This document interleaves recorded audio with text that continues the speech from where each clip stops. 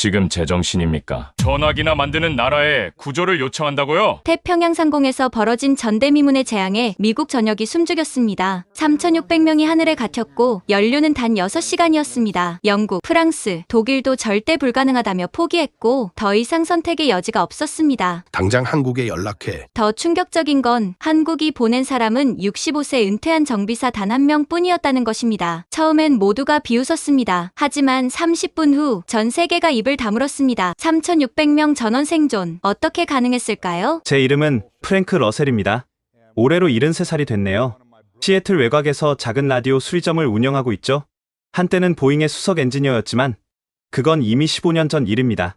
그날 아침도 평소처럼 1952년산 제니스 라디오를 수리하고 있었어요. 진 공간에서 나는 따뜻한 열기와 특유의 냄새가 작업실을 채웠죠. 늙은 손가락으로 회로를 더듬으며 문제를 찾는 일. 그게 제 일상의 전부였습니다. 또 그 낡은 것들이나 만지고 있군. 이웃집 톰이 열린 문으로 고개를 들이밀었어요. 이게 낡은 거라고? 70년 된 예술품이야. 제가 웃으며 대답했죠. 바로 그때 작업대 위 작은 TV에서 긴급 속보 음악이 흘러나왔습니다. 시청자 여러분, 지금 미국 항공 역사상 전례 없는 재앙이 발생했습니다. CNN 앵커 앤더슨 쿠퍼의 얼굴이 화면에 가득 찼어요. 평소의 침착함은 온데간데 없고 당황한 기색이 역력했죠. 태평양 상공에서 보잉 787 드림라이너 18대가 동시에 모든 전자 시스템을 상실했습니다. 현재 3,600여 명의 승객과 승무원이 하늘에 갇혀있는 상황입니다. 손에 들고 있던 납땜 인두가 작업대에 떨어졌어요. 787 드림라이너, 제가 보잉에서 마지막으로 작업했던 바로 그 기종이었습니다. 현재 항공기들은 수동 조작조차 불가능한 상태이며 평균 연료 잔량은 6시간에서 8시간 정도로 추정됩니다. 톰이 숨을 헐떡였어요. 맙소사, 프랭크. 이거 너가 만들던 그 비행기 아니야? 맞았습니다. 15년 전 제가 치명적인 설계 결함을 지적했다가 회사에서 쫓겨나게 만든 바로 그 기종이었죠.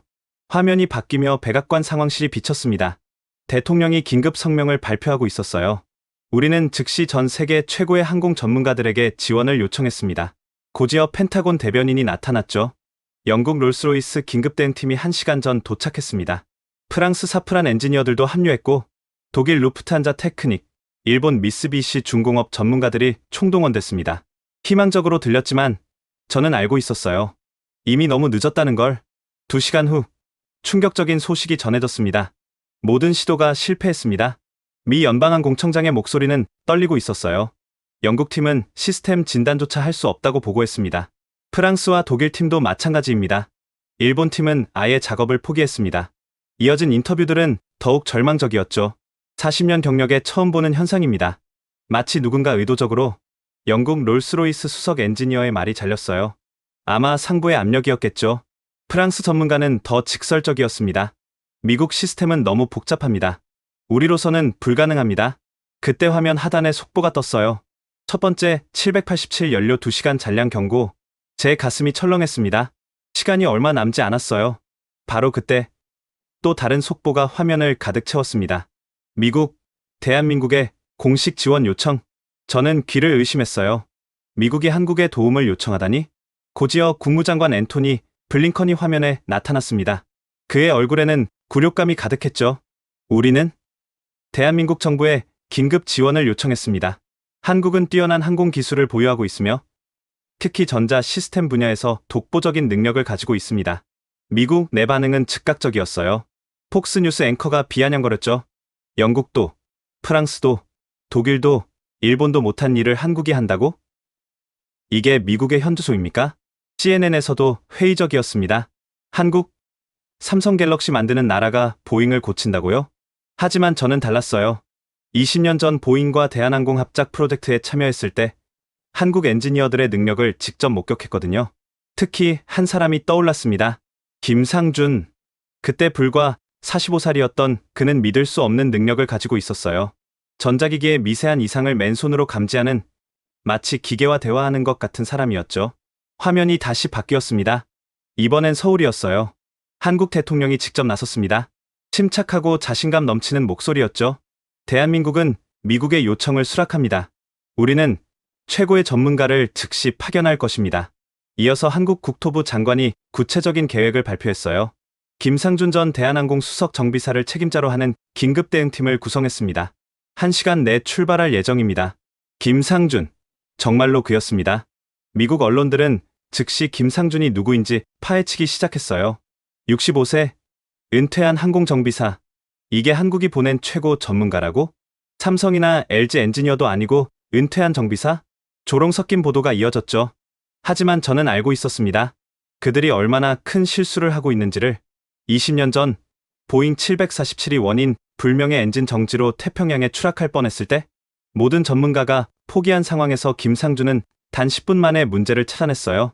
연료 파이프 내벽의 미세한 크랙이 특정 고도에서 공진을 일으킨다는 걸 손끝의 감각만으로 알아낸 거죠.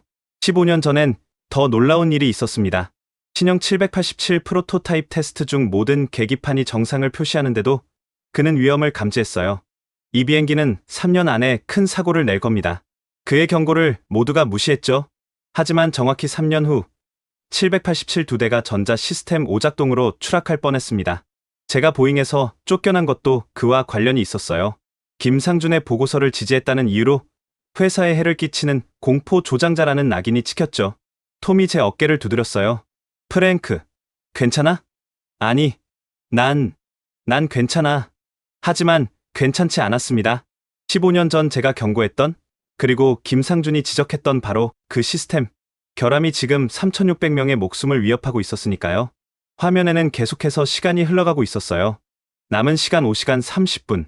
미국의 자존심은 무너졌고 이제 모든 희망은 태평양을 건너오는 한국의 긴급대응팀에게 걸려 있었습니다. 그런데 정말 아이러니했죠. 세계 최강국 미국이 가장 무시했던 아시아의 작은 나라, 그것도 은퇴한 노인이 이끄는 팀에게 운명을 맡겨야 한다는 사실이 말입니다. 김상준의 이름이 미국 전역에 퍼지는 동안 저는 작업실 구석에 처박아둔 오래된 서류 상자를 꺼냈습니다. 20년 전 보잉과 대한항공 합작 프로젝트 자료들이었죠. 먼지를 털어내며 사진 한 장을 찾았어요. 젊은 시절의 저와 김상준이 747 앞에서 찍은 사진이었습니다. 이 사람이 그 김상준이야? 톰이 사진을 들여다봤어요. 그래, 내가 만난 가장 뛰어난 엔지니어였지. TV에서는 한국의 대응이 실시간으로 중계되고 있었습니다. 서울 김포공항에서 특별기가 이륙하는 장면이 나왔죠. 한국정보 전용기가 방금 이륙했습니다. 목적지는 괌 앤더슨 공군기지입니다. 앵커의 목소리에는 여전히 의구심이 가득했어요. 그때 화면이 분할되며 한국 국토부 장관의 기자회견이 시작됐습니다. 김상준 선생님은 대한민국 항공 역사상 가장 뛰어난 정비사입니다. 35년 경력 동안 단 한 번도 실패한 적이 없습니다. 미국 기자가 손을 들었어요. 그렇다면 왜 은퇴한 사람을 보내는 겁니까? 현역 엔지니어들은 어디 있죠? 장관이 미소를 지었습니다. 김 선생님이 은퇴하신 이유를 아십니까? 더 이상 가르칠 사람이 없었기 때문입니다. 그분은 이미 모든 지식을 후배들에게 전수하셨습니다. 그리고 이번에는 그 후배들인 최정예 3명도 함께 갑니다. 폭스뉴스에서는 조롱이 이어졌죠. 한국이 슈퍼히어로를 보낸다는군요. 아이언맨이라도 되는 모양입니다. 하지만 CNN에서는 흥미로운 자료를 찾아냈어요. 김상준이라는 인물을 조사해봤습니다. 놀랍게도 보잉사 기록에 그의 이름이 여러 번 등장합니다. 화면에 보잉 내부 문서가 떴어요. 제 심장이 쿵쾅거렸습니다.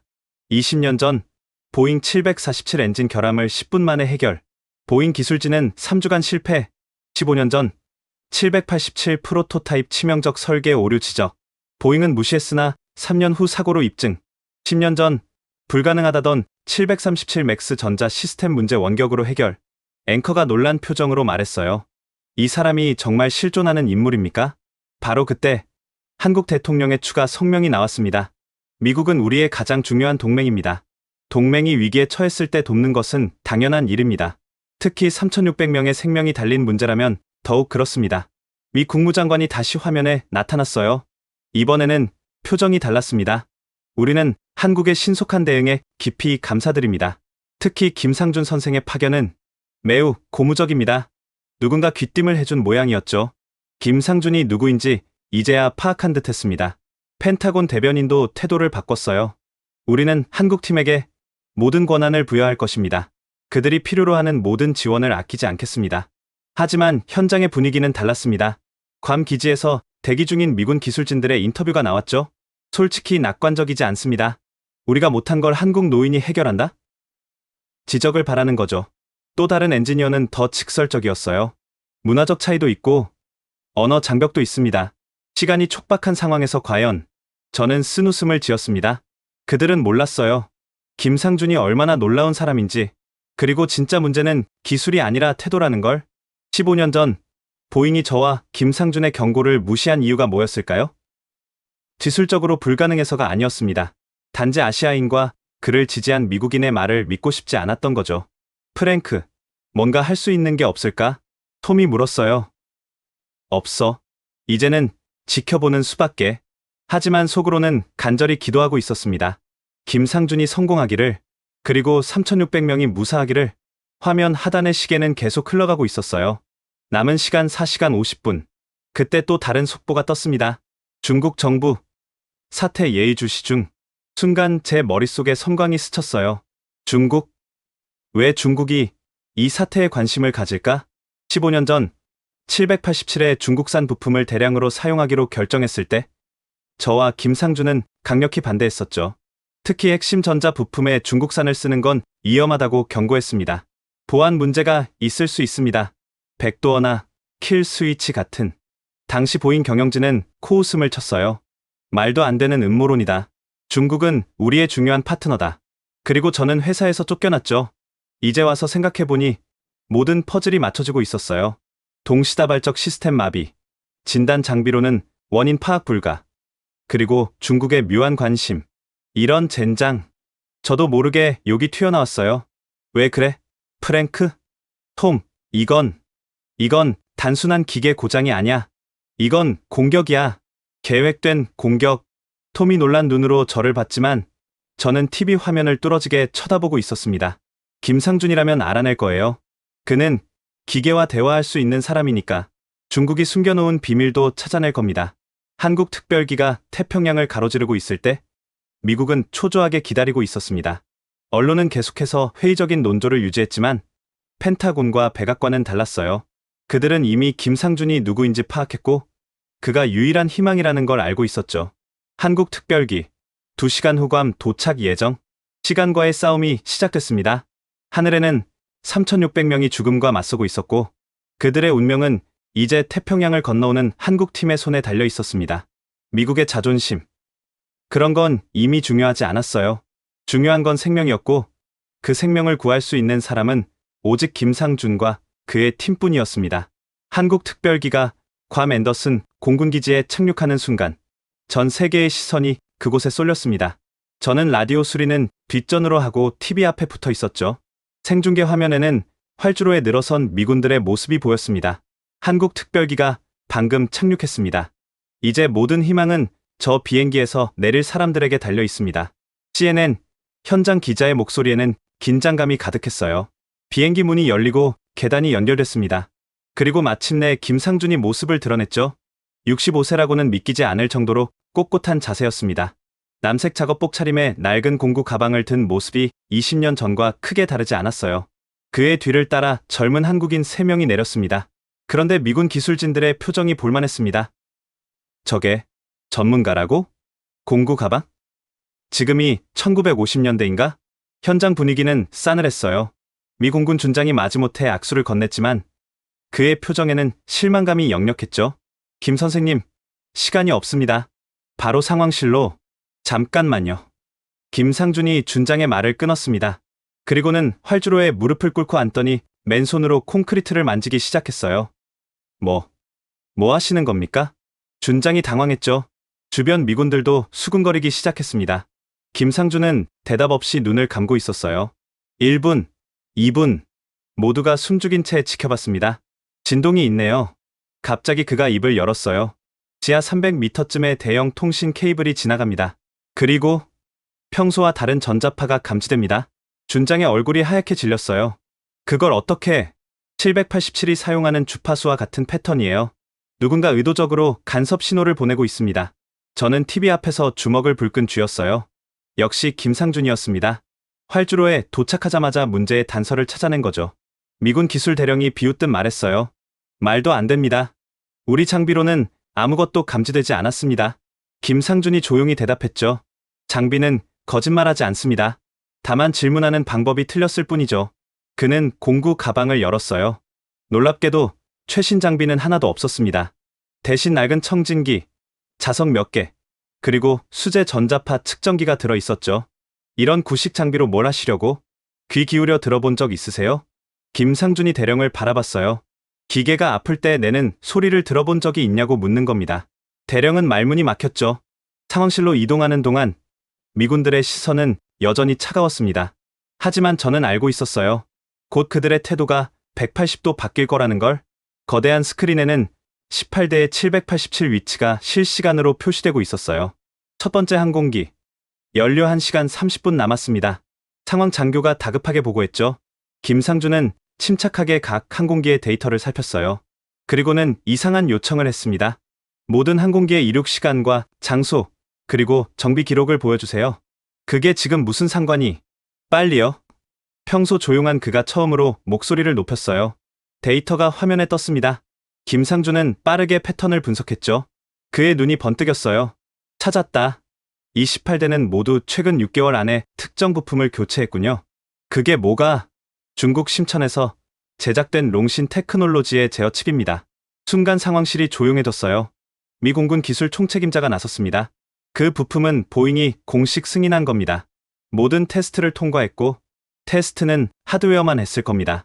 소프트웨어 백도어는 확인했나요? 김상준의 질문에 아무도 대답하지 못했어요. 15년 전 프랭크 러셀이라는 엔지니어가 경고했었죠. 중국산 핵심 부품 사용의 위험성에 대해. 제 이름이 나오자 심장이 쿵 내려앉았어요. 그가 날 기억하고 있었던 겁니다. 하지만 보잉은 그를 해고했습니다. 그리고 계속 중국 부품을 사용했죠. 왜? 싸니까. 김상준이 청진기를 꺼냈어요. 이제 그 대가를 치르고 있는 겁니다. 그는 상황실의 메인 컴퓨터에 청진기를 대었어요. 모두가 미친 사람 보듯 쳐다봤지만 곧 놀라운 일이 일어났습니다. 들으세요. 그가 청진기를 기술 총책임자에게 건넸어요. 마지못해 귀에 대던 총책임자의 얼굴이 굳어졌습니다. 이건 규칙적인 펄스 신호? 맞습니다. 정확히 3.7초 간격이에요. 787의 비행 제어 시스템을 마비시키는 주파수와 일치합니다. 그럼 어떻게? 간단합니다. 역으로 추적해서 킬 스위치를 찾아내면 됩니다. 김상준이 자신의 낡은 장비들을 꺼내기 시작했어요. 그의 뒤에서 3명의 젊은 한국인들도 각자의 장비를 준비했죠. 미군 기술진들은 여전히 의심스러워했지만 선택의 여지가 없었죠. 시간은 계속 흐르고 있었으니까요. 남은 시간 1시간 20분. 괌 기지 상황실에는 팽팽한 긴장감이 흘렀습니다. 세계 최고라는 미군 기술진들이 65세 한국 노인과 젊은이들의 지시를 따라야 하는 상황. 그들의 자존심은 바닥에 떨어졌지만 3,600명의 목숨 앞에서는 아무 의미가 없었어요. 시작하겠습니다. 김상준이 말했어요. 그의 눈빛에는 20년 전 제가 봤던 그 확신이 담겨 있었습니다. 진짜 싸움은 이제부터였죠. 김상준이 본격적인 작업을 시작하자 상황실의 분위기가 바뀌었습니다. 처음엔 의심하던 미군 기술진들도 그의 독특한 접근 방식에 조금씩 주목하기 시작했죠. 모든 전자 장비를 꺼주세요. 그의 첫 번째 지시였어요. 뭐라고요? 지금 상황에서 장비를 끈다고? 기술 총책임자가 항의했지만 김상준은 단호했습니다. 전자파 간섭을 최소화해야 합니다. 제가 찾는 신호는 매우 미세해서 다른 전자파에 묻히기 쉬워요. 미공군 준장이 고민하다 결정을 내렸죠. 지시대로 하십시오. 하나둘 장비들이 꺼지자 상황실은 어두워졌어요. 비상등만 켜진 가운데 김상준은 자신의 수제 장비를 작동시켰습니다. 이게 뭡니까? 젊은 미군 엔지니어가 물었어요. 40년 전에 제가 만든 전자파 탐지기입니다. 디지털 필터가 없어서 오히려 미세한 신호를 잡아낼 수 있죠? 저는 TV 화면을 보며 감탄했어요. 역시 김상준다운 발상이었습니다. 최신 장비가 놓치는 것을 구식 아날로그 장비로 찾아내는 것. 그게 그의 방식이었죠. 15분이 지났을 때 김상준의 장비에서 미세한 신호음이 들리기 시작했어요. 찾았습니다. 모두가 숨을 죽였죠. 주파수 2.4GHz의 숨겨진 부채널이 있어요. 매우 교묘하게 위장되어 있습니다. 그는 신호를 분석하기 시작했어요. 구식 오실로스코프에 나타난 파형을 보며 중얼거렸습니다. 중국어. 아니, 이건 암호화된 명령어군요. 해독할 수 있습니까? 준장이 다급하게 물었어요. 시간이 좀 걸리겠지만 잠깐. 이 패턴은 김상준의 얼굴이 굳어졌어요. 3년 전 상하이 에어쇼에서 봤던 중국 군용기 제어 시스템과 같은 암호 체계입니다. CIA 연락관이 즉시 본부에 보고했죠. 이제 단순한 기술 문제가 아니라 국가 안보 문제가 된 거였어요. 그럼 이건 의도적인 공격이란 말입니까? 의심의 여지가 없습니다. 김상준이 단언했어요. 하지만 왜 지금일까요? 왜 하필 18대를 동시에? 그때 저는 TV 앞에서 벌떡 일어났어요. 퍼즐이 맞춰지고 있었습니다. 태평양 안보 회의. 톰이 저를 봤어요. 뭐라고? 내일 하와이에서 미중 태평양 안보 회의가 열려? 미국이 주도권을 쥐려던 중요한 회의지. 만약 오늘 미국 항공기들이 추락한다면 미국의 입지가 완전히 무너지겠군. 맞았어요. 이건 단순한 테러가 아니라 치밀하게 계획된 전략적 공격이었던 겁니다. 괌 상황실에서도 같은 결론에 도달한 모양이었어요. 펜타곤과 긴급 화상회의가 연결됐죠. 중국의 소행이 확실합니까? 국방장관이 물었어요. 기술적 증거는 확실합니다. 하지만 지금 중요한 건 비행기를 살리는 겁니다. 김상준이 냉정하게 말했죠. 남은 시간이 1시간도 안 됩니다. 그는 다시 작업에 집중했어요. 암호화된 신호를 역추적하기 시작했죠. 킬 스위치는 분명히 있을 겁니다. 중국도 증거를 남기고 싶지 않을 테니까요. 30분이 흐르는 동안 김상준은 미친 듯이 작업했어요. 손가락이 날아다니듯 계산기를 두드리고 동시에 여러 주파수를 스캔했죠. 그의 팀원들도 각자 맡은 부분을 분석하고 있었습니다. 그때 젊은 미군 엔지니어가 소리쳤어요. 첫 번째 비행기. 연료 30분 남았습니다. 김상준의 이마에 땀이 흘렀지만 손은 멈추지 않았어요. 거의 다 왔어요. 조금만 더. 그 순간 그의 장비에서 날카로운 비프음이 울렸습니다. 찾았다. 모두가 그를 주시했죠. 백도어 진입 코드를 찾았습니다. 하지만 뭡니까? 이걸 해제하려면 각 비행기에 개별적으로 접속해야 합니다. 18대를 30분 안에. 불가능해 보였어요. 하지만 김상준은 포기하지 않았죠. 방법이 있습니다. 위험하지만 그는 미군 통신 장교를 봤어요. 모든 항공기와 동시에 통신할 수 있습니까? 가능합니다만 각 항공기 조종사들에게 정확히 제가 말하는 대로 따라하도록 전달해주세요. 다음 순간 전례 없는 작전이 시작됐습니다. 김상준은 18명의 조종사에게 동시에 지시를 내리기 시작했어요. 각자 조종석에서 특정 버튼을 특정 순서로 눌러 수동으로 백도어에 접근하는 방법이었죠. 델타 387 오토파일럿 버튼 3초간 누르고 동시에 고도계를 시계 반대 방향으로 2바퀴 돌리세요. 유나이티드 592 트랜스폰더를 7500으로 설정 후 즉시 7700으로 변경하세요. 미친 짓처럼 보였지만 놀랍게도 작동하기 시작했어요. 델타 387 부분적으로 시스템 반응이 있습니다. 첫 번째 성공이었죠. 하지만 시간은 계속 흐르고 있었어요. 몇몇 항공기는 연료가 20분도 남지 않았습니다. 김상준은 지치지 않고 지시를 이어갔어요. 그의 목소리는 쉬었지만 포기란 없었죠. 15분 후 10대의 시스템이 부분적으로 회복됐습니다. 하지만 나머지 8대는 여전히 무반응이었어요. 안 되겠어요. 더 강력한 방법이 필요합니다. 김상준이 결단을 내렸어요. 역공격을 하겠습니다. 역공격이요? 중국이 심어놓은 백도어를 통해 역으로 들어가서 시스템을 초기화하는 겁니다. 위험한 도박이었어요. 실패하면 모든 시스템이 영구적으로 망가질 수도 있었죠. 책임은 제가 지겠습니다. 김상준이 단호하게 말했어요. 준장이 잠시 고민하다 고개를 끄덕였죠. 다른 선택지가 없었으니까요. 김상준이 역공격을 시작하자 상황실에는 숨막히는 긴장감이 흘렀습니다. 저는 TV 앞에서 손에 땀을 쥐고 지켜봤죠. 20년 전 함께 일했던 동료가 지금 3,600명의 목숨을 손에 쥐고 있었으니까요. 중국이 만든 백도어는 양날의 검입니다. 김상준이 작업하며 설명했어요. 그들도 흔적을 남기고 싶지 않았을 테니 자폭 장치를 만들어뒀을 겁니다. 그걸 역이용하는 거죠. CIA 연락관이 긴급 보고를 받았어요. 본부에서 전합니다. 베이징의 사이버전 부대에서 비정상적인 움직임이 포착됐답니다. 그들도 눈치챘군요. 김상준이 중얼거렸어요. 이제부터는 시간 싸움입니다. 그들이 증거를 인멸하기 전에 시스템을 복구해야 해요. 그의 손가락이 미친 듯이 키보드를 두드렸습니다. 동시에 여러 모니터를 오가며 코드를 입력했죠. 3명의 젊은 팀원들도 각자의 역할을 수행하고 있었습니다. 갑자기 알람이 울렸어요. 침입 감지. 누군가 외부에서 우리 시스템에 접근하려 합니다. 중국입니다. 김상준이 침착하게 말했어요. 우리가 백도어를 발견한 걸 알고 막으려는 거죠. 그럼 어떻게? 방화벽을 세우세요. 뿐만 막아주면 됩니다. 미군 사이버전 팀이 즉시 방어에 나섰어요. 괌 기지 상황실은 순식간에 사이버 전쟁터가 됐죠. 한쪽에서는 중국 해커들의 공격을 막고 다른 쪽에서는 김상준이 항공기 시스템에 침투하는 이중 작전이 펼쳐졌습니다. 첫 번째 항공기. 연료 15분. 시간이 촉박했어요. 그때 김상준이 소리쳤습니다. 뚫었다. 화면에 복잡한 코드들이 나타났어요. 중국이 심어놓은 악성 코드의 전체 구조였죠. 세상에. 이렇게 정교할 수가. 미군 기술 총책임자가 경악했어요. 3년 동안 준비한 거예요. 아마 처음부터 787에 이 부품을 공급할 때부터 계획했겠죠. 김상준이 코드를 분석했습니다. 작년 3월 15일 오후 3시 27분. 정확히 이 시간에 활성화되도록 프로그래밍되어 있었네요. 왜 하필 그날입니까? 태평양 안보회의 하루 전이죠. 미국을 완전히 무력화시킨 상태에서 협상 테이블에 앉으려 했던 겁니다. 순간 저는 소름이 돋았어요. 만약 김상준이 없었다면 미국은 정말로 무릎을 꿇었을 겁니다. 자폭 코드를 찾았습니다. 김상준이 말했어요. 이걸 조작하면 시스템을 원상복구할 수 있을 거예요. 하지만 위험했습니다. 한 번의 실수로 모든 게 끝날 수 있었죠. 대령님, 각 항공기의 다음 지시를 정확히 전달해주세요. 김상준이 심호흡을 했어요.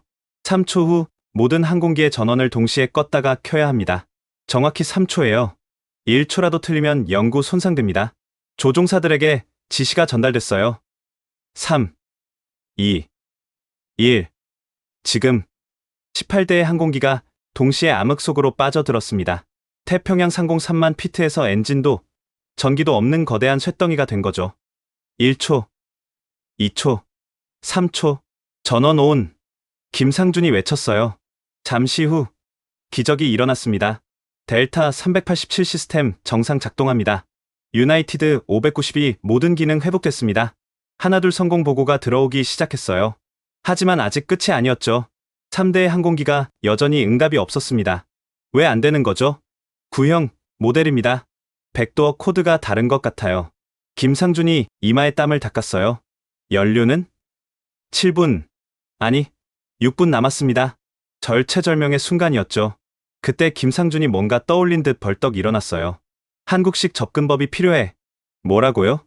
모두가 어리둥절해했죠. 정면 돌파가 아니라 우회 침투예요. 물이 바위를 뚫듯이 동양 철학에서 나온 발상이었어요. 강한 힘으로 부수는 게 아니라 부드럽게 스며드는 방식이었죠. 설명할 시간 없어요. 그냥 믿어주세요. 그는 완전히 다른 방식으로 코드를 짜기 시작했어요. 공격하는 게 아니라 스며드는 방식이었죠. 4분, 3분, 됐다. 마지막 순간 3대의 항공기도 시스템을 되찾았습니다. 상황실이 환호성으로 가득 찼어요. 미군들이 서로 껴안고 몇몇은 울기도 했죠. 하지만 김상준은 조용히 자리에 앉아 있었습니다. 아직 끝이 아닙니다. 무슨 말씀이? 증거를 확보해야 합니다. 중국이 지금 모든 흔적을 지우고 있을 거예요. 그는 다시 키보드를 잡았어요. 이번엔 중국 서버로 역추적을 시작했죠. 위험합니다. 외교 문제가 3,600명을 죽이려 했습니다. 그것도 민간인을요. 김상준의 눈빛이 차가워졌어요. 이건 전쟁 행위입니다. 다음 순간 그는 놀라운 일을 해냈습니다. 중국 해커들이 미처 지우지 못한 로그 파일을 복사하는 데 성공한 거죠. 베이징 사이버전 사령부, 책임자 왕샤오밍 대령, 작전명 붉은 하늘. 모든 증거가 백일화에 드러났어요. CIA 연락관이 즉시 본부에 보고했고 곧 백악관까지 보고가 올라갔죠. 그때 전화가 울렸습니다. 대통령이었어요. 김상준 선생님? 대통령의 목소리가 스피커를 통해 울렸습니다. 미합 중국을 대표해 감사드립니다. 당신은 진정한 영웅입니다. 저는 그저 제 일을 했을 뿐입니다. 대통령님. 아닙니다. 당신은 3,600명의 생명과 미국의 명예를 구했습니다. 그리고 대통령이 잠시 말을 멈췄어요. 한국이 진정한 동맹이 무엇인지 보여줬습니다. 가장 어려운 순간에 손을 내밀어준 유일한 나라였으니까요. 저는 TV 앞에서 눈물을 흘리고 있었어요. 15년 전 우리가 경고했던 그 위험이 현실이 됐고 결국 김상준이 모든 걸 해결한 거였죠. 중국은 즉각 모든 것을 부인했지만 증거는 명백했습니다. 국제사회의 비난이 쏟아졌고 미국은 즉시 중국산 핵심 부품 사용을 전면 금지했죠. 하지만 그보다 중요한 건 따로 있었어요. 이 사건으로 전 세계가 깨달은 겁니다. 진정한 기술력은 첨단 장비가 아니라 그것을 다루는 사람의 통찰력에서 나온다는 것을. 그리고 위기의 순간 진짜 친구가 누구인지를요. 김상준은 여전히 담담했습니다. 이제 집에 가도 되겠죠? 손자가 기다리고 있을 거예요. 영웅은 그렇게 조용히 일어섰습니다. 중국의 음모가 밝혀진 직후 상황실은 새로운 긴장감에 휩싸였습니다. 18대의 항공기는 시스템을 되찾았지만 아직 안전하게 착륙하지 못한 상태였죠. 더 큰 문제는 중국이 마지막 카드를 쓸 가능성이었습니다. 김 선생님, 중국 서버에서 이상한 움직임이 감지됩니다. 미군 사이버전 담당자가 보고했어요. 김상준이 모니터를 확인했습니다. 그의 표정이 심각해졌어요. 2차 공격을 준비하고 있네요. 2차 공격이요? 첫 번째가 실패할 경우를 대비한 백업 플랜입니다. 아마 착륙 시스템을 노릴 겁니다. 순간 상황실이 다시 얼어붙었어요. 그럼 비행기들이 착륙을 못한다는 18개 공항의 계기 착륙 시스템을 동시에 마비시킬 계획인 것 같습니다. 저는 TV 앞에서 주먹을 불끈 쥐었어요. 중국의 집요함이 소름 끼쳤죠. 그때 김상준이 예상치 못한 말을 했습니다. 우리 팀원들을 소개할 때가 왔네요. 팀원들이요? 제가 혼자 온 게 아닙니다. 인천공항 관제팀 3명이 함께 왔어요. 김상준이 3명의 젊은이들을 가리켰어요. 30대 초반으로 보이는 그들은 조용히 대기하고 있었죠. 이들은 한국 최고의 관제사들입니다. 그리고 김상준이 미소 지었어요. 한국형 다층 방어 시스템을 함께 개발한 팀이기도 하죠. 한국형 다층 방어 시스템이 뭡니까? 미군 준장이 물었어요. 전통적인 성곽 구조에서 영감을 받은 시스템입니다. 한 겹이 뚫려도 여러 겹이 더 있죠. 젊은 한국인 중 한 명이 설명했어요. 서구식 방화벽은 높은 벽 하나에 의존합니다. 하지만 우리는 여러 개의 낮은 벽을 만들어요. 각각이 다른 방식으로 작동하죠. 미군들은 흥미로운 표정으로 들었어요. 김상준이 설명을 이어갔습니다. 공격자가 첫 번째 벽을 넘으면 두 번째 벽이 다른 방식으로 막습니다. 세 번째, 네 번째도 마찬가지죠. 결국 공격자는 지쳐서 포기하게 됩니다. 그게 정말 효과적입니까? 인천공항은 지난 5년간 단 한 번도 해킹당한 적이 없습니다. 팀원 중 한 명이 자랑스럽게 말했어요. 김상준이 팀원들에게 지시했어요. 박수진 씨는 인천공항 방식으로 로스앤젤레스 공항을 보호하세요. 이재욱 씨는 시카고, 최민서 씨는 뉴욕을 맡아주세요. 3명의 젊은이들이 능숙하게 키보드를 두드리기 시작했죠. 그리고 저는 김상준이 심호흡을 했어요. 나머지 15개 공항을 동시에 보호하겠습니다. 혼자서 15개를요? 걱정 마세요. 35년 동안 준비해온 순간입니다. 그가 작업을 시작하자 모니터에 놀라운 광경이 펼쳐졌어요. 각 공항의 시스템에 여러 겹의 보호막이 형성되고 있었습니다. 마치 양파 껍질처럼 겹겹이 쌓인 방어막이었죠. 이게 어떻게 가능한 거죠? 미군 기술 총책임자가 경악했어요. 한국의 산성을 아세요? 박수진이 작업하며 대답했습니다. 저기 첫 번째 성문을 뚫어도 두 번째, 세 번째 성문이 있죠. 각각 다른 구조로 되어 있어서 같은 방법으론 뚫을 수 없어요. 15분 후 중국의 2차 공격이 시작됐습니다. 다수의 침입 시도 감지, 로스앤젤레스 공항 ILS 공격받고 있습니다. 시카고, 뉴욕 동시 공격. 하지만 한국형 다층 방어는 견고했어요. 중국의 공격이 첫 번째 층을 뚫으면 두 번째 층이 완전히 다른 방식으로 막아냈죠. 믿을 수 없어. 우리 최신 시스템보다 효과적이네요. 미군 사이버전 책임자가 인정했습니다. 그때 김상준이 뭔가 발견했어요. 잠깐, 이 코드. 그의 얼굴이 창백해졌습니다. 3차 공격이 있을 겁니다. 그리고 이번엔 뭡니까? 항공기 자체를 폭발시킬 계획입니다. 상황실이 충격에 빠졌어요. 리튬 배터리를 과열시켜서 폭발을 유도하는 코드가 숨어 있었네요. 착륙 직전에 작동하도록. 시간이 없었습니다. 첫 번째 비행기가 10분 후면 로스앤젤레스에 착륙할 예정이었죠. 막을 수 있습니까? 일반적인 방법으론 불가능합니다. 하지만 김상준이 팀원들을 봤어요. 우리에겐 비상 프로토콜이 있죠. 다음 순간 4명의 한국인이 놀라운 팀워크를 보여줬습니다. 수진 씨, 배터리 관리 시스템에 냉각 코드 주입하세요. 재욱 씨, 온도 센서 강제 리셋 준비. 민서 씨, 비상 방전 시스템 활성화 대기. 마치 오랜 시간 함께 훈련한 특수부대처럼 일사불란하게 움직였어요. 김상준은 18대 항공기에 동시에 접속해서 배터리 시스템을 재프로그래밍하기 시작했죠. 이게 바로 한국의 힘입니다. 그가 작업하며 말했어요. 개인의 능력도 중요하지만 팀워크가 더 중요하죠. 우리는 빨리빨리 문화 속에서도 정확성을 잃지 않는 법을 배웠어요. 5분, 4분, 3분. 완료. 정확히 착륙 2분 전 모든 항공기의 배터리 시스템이 안전 모드로 전환됐습니다. 델타 387 로스앤젤레스 안전 착륙. 첫 성공 보고가 들어왔어요. 이어서 연쇄적으로 착륙 성공 소식이 전해졌죠. 샌프란시스코, 시카고, 뉴욕, 시애틀, 마침내 18대 모두가 무사히 땅을 밟았습니다. 3,600명 전원 생존, 단 한 명의 사상자도 없었어요. 상황실이 환호로 가득 찼습니다. 미군들이 한국팀을 둘러싸고 박수를 쳤죠. 놀랍습니다. 한국의 기술력이 이 정도였다니. 준장이 김상준의 손을 꽉 잡았어요. 이제 미국도 한국식 보안 시스템의 우수성을 인정합니다. 하지만 김상준은 여전히 겸손했죠. 기술의 우열이 아닙니다. 서로 다른 접근법이 만나 시너지를 낸 거예요. 저는 TV를 보며 자부심을 느꼈습니다. 15년 전 보잉에서 쫓겨났을 때는 비참했지만 오늘 한국이 보여준 모습은 정말 자랑스러웠어요. 그때 화면에 속보가 떴습니다. 중국 정부 모든 혐의 부인하며 미국의 음모라고 주장. 하지만 증거는 명백했죠.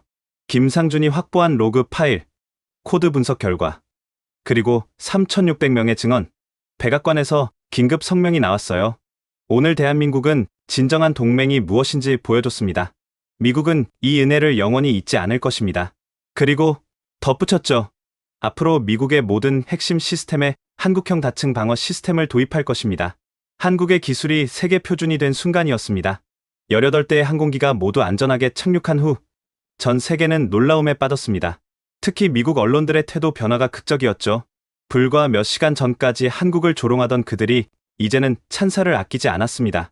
저는 여전히 시애틀 작업실에서 TV를 보고 있었어요. 손님들이 하나둘 모여들었죠. 동네 사람들이 이 역사적인 순간을 함께 보고 싶어 했던 겁니다. CNN 앵커 앤더슨 쿠퍼가 흥분한 목소리로 말했습니다.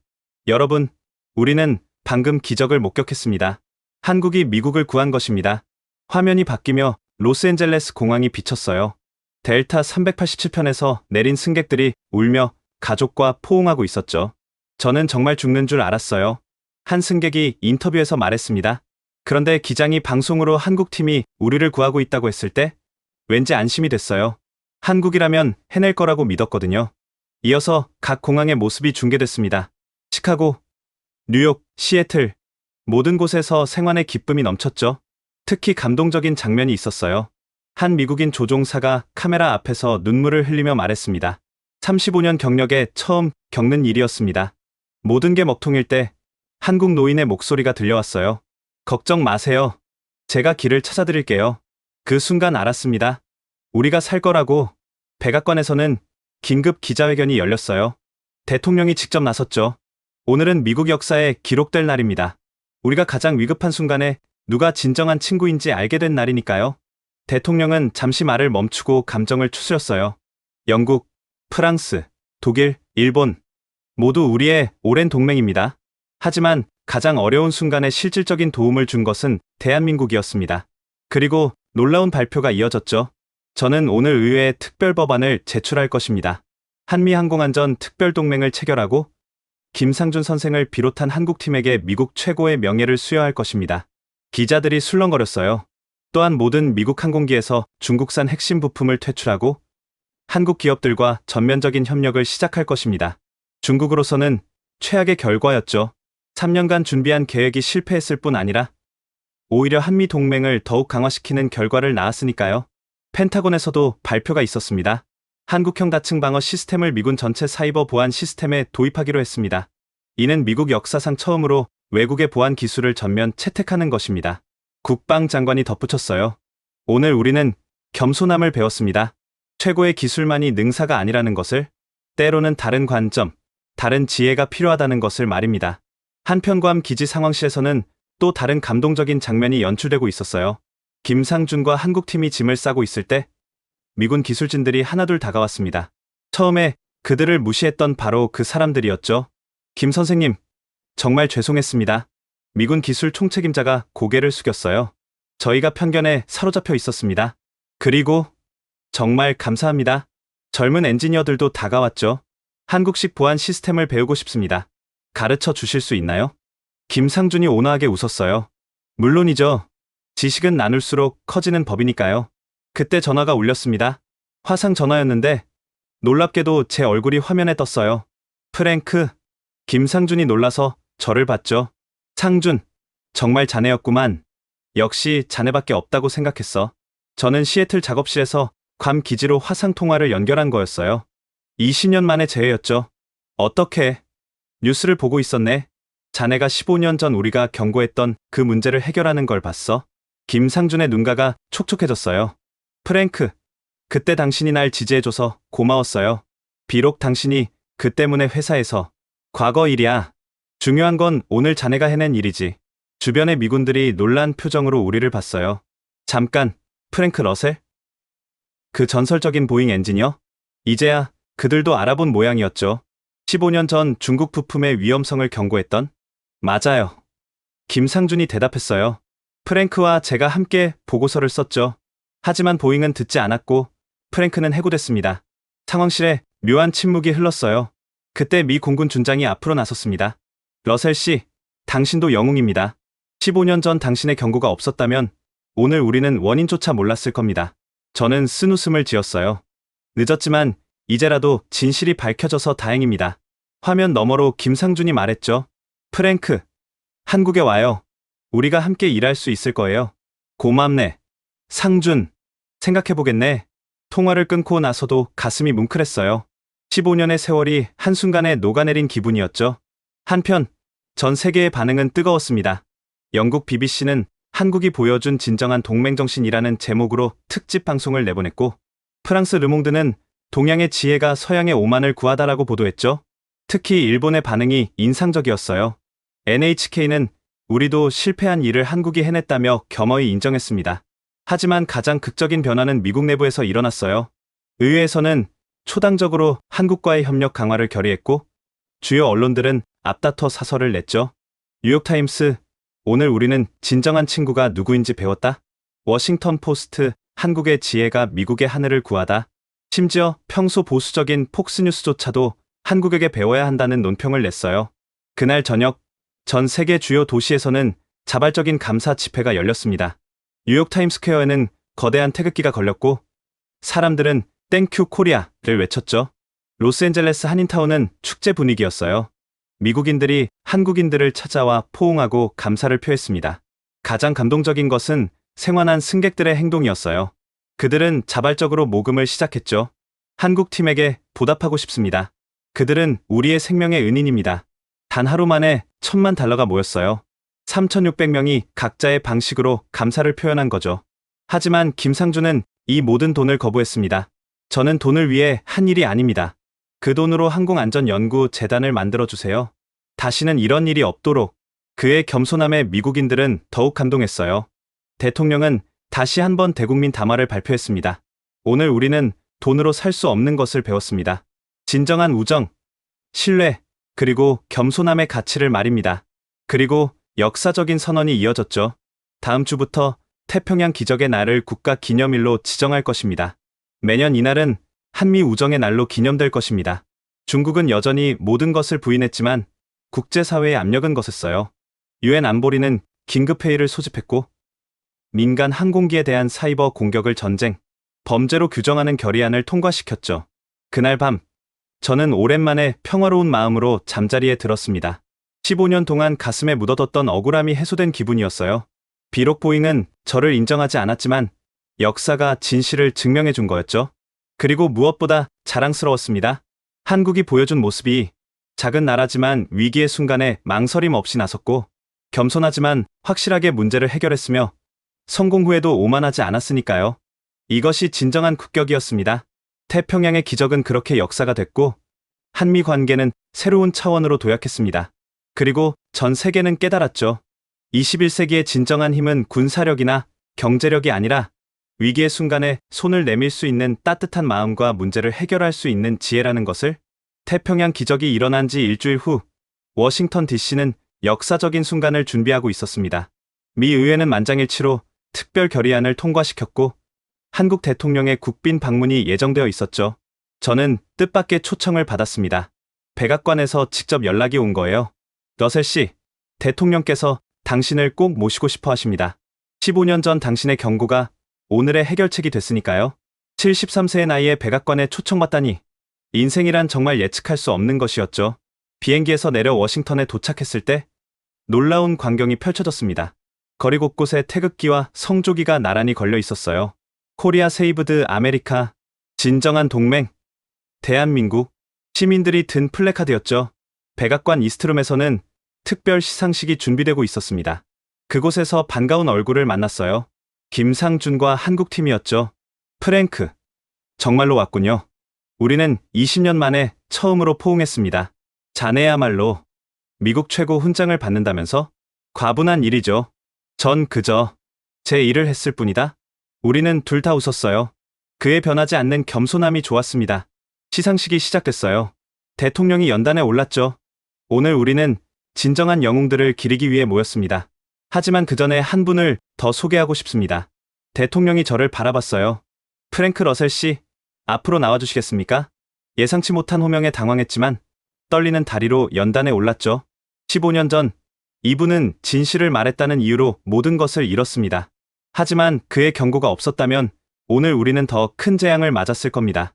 대통령이 제 손을 잡았어요. 미합 중국을 대표해 사과드립니다. 그리고 늦었지만 당신의 공로를 인정합니다. 그 순간 참석자들이 모두 일어나 박수를 쳤어요. 15년의 억울함이 한순간에 씻겨 내려가는 기분이었죠. 이어서 김상준과 한국팀에 대한 시상이 있었습니다. 대통령 자유훈장, 미국이 외국인에게 수여하는 최고의 명예였죠.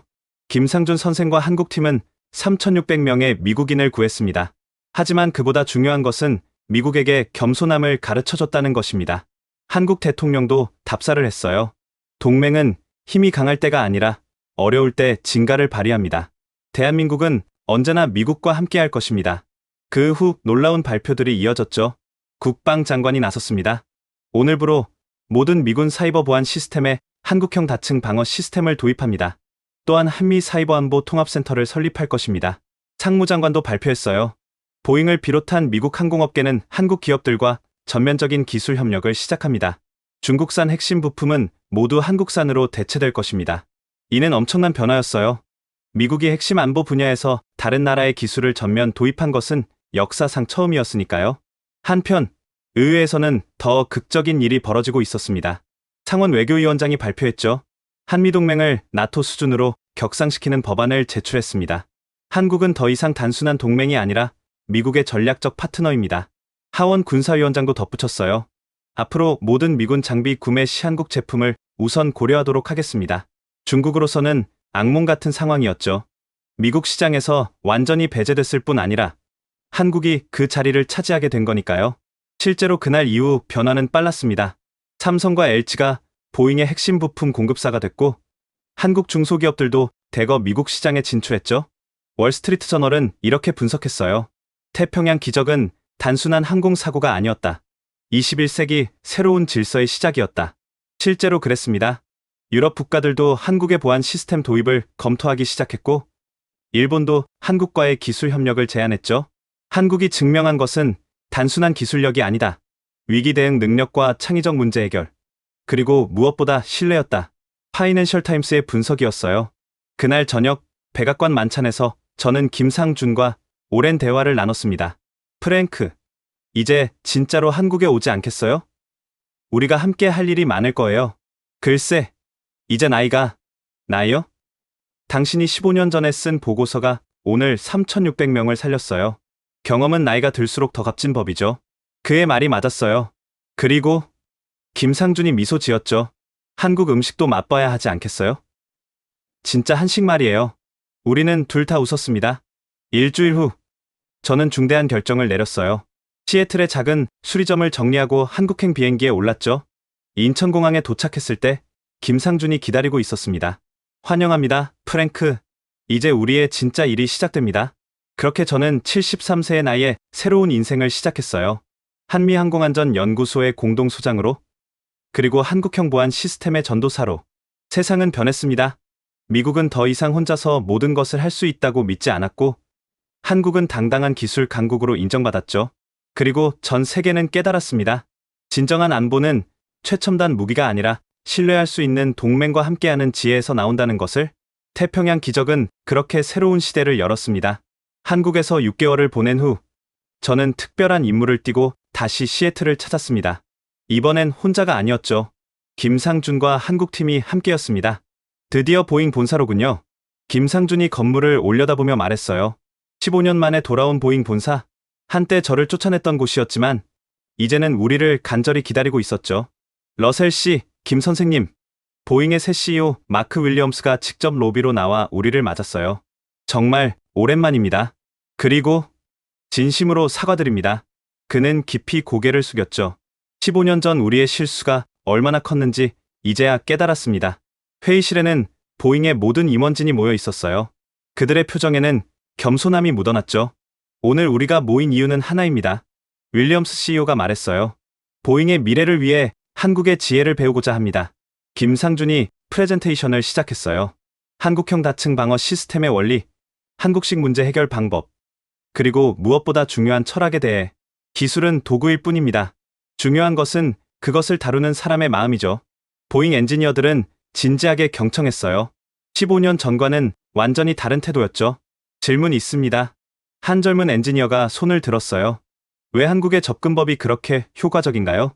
김상준이 미소 지었어요. 우리는 작은 나라입니다. 자원도 부족하고 땅도 좁죠. 그래서 효율성과 창의성을 극대화해야 했어요. 한계가 오히려 혁신의 원동력이 된 거죠. 그는 이어서 설명했습니다. 미국은 풍부한 자원으로 문제를 해결합니다. 하지만 우리는 제한된 자원으로 더 나은 결과를 만들어야 했어요. 그 과정에서 독특한 해법들이 나온 거죠. 놀랍습니다. 보잉의 기술 부사장이 감탄했어요. 우리는 더 많은 자원을 투입하는 데만 집중했는데 답은 더 스마트하게 사용하는 것이었군요. 바로 그때 뜻밖의 방문객이 도착했습니다. 실례합니다. 국방부에서 오신 분들이 비서의 안내로 펜타곤 관계자들이 들어왔어요. 그리고 그 뒤에는 이런 국방장관님이 직접 오셨군요. 로이드 오스틴 장관이었습니다. 김 선생님을 꼭 만나고 싶었습니다. 그리고 러셀 씨도요. 장관은 우리와 악수를 나눈 후 말했어요. 미국 정부는 결정했습니다. 모든 국방 시스템에 한국형 보안 시스템을 적용하기로요. 그리고 그 첫 번째가 바로 여기 보잉이 될 겁니다. 회의실이 술렁거렸죠. 앞으로 보잉이 생산하는 모든 군용기에는 한국의 보안 시스템이 탑재될 겁니다. 그리고 장관이 저를 봤어요. 러셀 씨가 15년 전에 제안했던 모든 안전 조치를 이제라도 시행할 겁니다. 늦었지만 제 의견이 받아들여진 순간이었죠.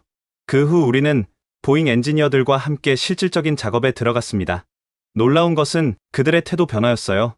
한때 아시아 기술을 무시했던 그들이 이제는 열심히 배우고 있었죠. 이 부분이 이해가 안 됩니다. 왜 여러 겹으로? 그것은 양파 껍질을 생각하시면 돼요. 한 겹 벗겨도 또 다른 겹이 있죠. 한국팀의 박수진이 설명하자 미국 엔지니어들이 고개를 끄덕였어요. 점심시간, 구내식당에서 또 다른 변화를 목격했습니다. 오늘 특별 메뉴는 불고기입니다. 보잉이 한국 음식을 메뉴에 추가한 거였어요. 태평양 기적 이후로 직원들이 계속 요청했답니다. 식당 관리자가 웃으며 설명했죠. 미국 직원들이 불고기를 먹으며 대화하는 모습이 인상적이었어요. 한국 음식이 이렇게 맛있는 줄 몰랐어요. 음식처럼 기술도 조화가 중요하다던데? 농담 속에서도 진지한 변화가 느껴졌죠. 오후에는 더 놀라운 일이 있었습니다. 시애틀 시장이 특별 발표를 했어요. 오늘부로 시애틀과 인천을 잇는 혁신의 다리 프로젝트를 시작합니다. 양 도시의 기업들이 자유롭게 기술을 교류할 수 있도록 지원하겠습니다. 그리고 덧붙였죠. 특히 매년 4월 15일을 한미기술협력의 날로 지정합니다. 태평양 기적이 일어난 날이죠. 저녁, 우리는 제가 15년간 운영했던 라디오 수리점을 방문했습니다. 여기가 그 유명한 김상준이 작은 가게를 둘러봤어요. 15년간 숨어 지냈던 곳이죠. 숨은 게 아니라 기다린 겁니다. 진실이 밝혀질 날을요. 가게 문에는 새로운 간판이 걸려 있었어요. 러셀김 혁신연구소 시애틀 지부. 이제 이곳은 한미 엔지니어들이 만나는 장소가 될 겁니다. 김상준이 설명했죠. 젊은이들이 와서 경험을 배우고 새로운 아이디어를 실험하는 곳이요. 바로 그때 뜻밖의 손님들이 찾아왔어요. 태평양 기적에서 살아난 승객들이었습니다. 그들은 꽃다발과 선물을 들고 있었죠. 러셀 씨, 김 선생님, 드디어 만나 뵙네요. 한 여성이 눈물을 흘리며 말했어요.